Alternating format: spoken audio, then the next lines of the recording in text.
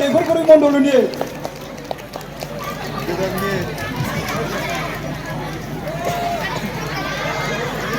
खैला मैला मण्डलना एखे मेगन सानायानो बारा रोंग्रायाबो गावसोर गामिनि दा सिगाङाव दावखो होनलायो 15,00,000 रां दान होदों आगस्टिन सुवार बरगयारिया आरो 13/2/2024 अक्ट'आव फिथा हास'नायाव खैला मैला फारिसनि रायजो राजाफोरखौ खावलायनाय थाबाय लोगोसे खमलाया 15था ओमफ्राय खमलाखौ आंनो थाइथाम होलांनांगौ खरखरिखौ मोनाबाबो जायो नाथाय र' नैबेखौ सासेया लादो खमलाखौ आंनो थाइथाम होलांनांगौ होननानै लिरदों नैबे खरखरि बेखौ मोनाबाबो जायो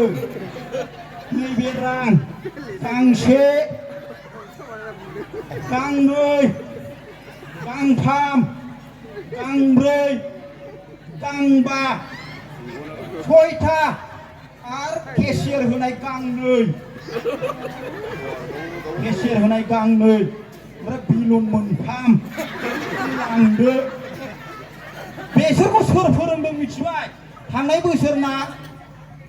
आदा महेश्वर गावबुरामोन देग्लायनिया बिराद आखि बिथाङा बिसोरखौ कर्स होदों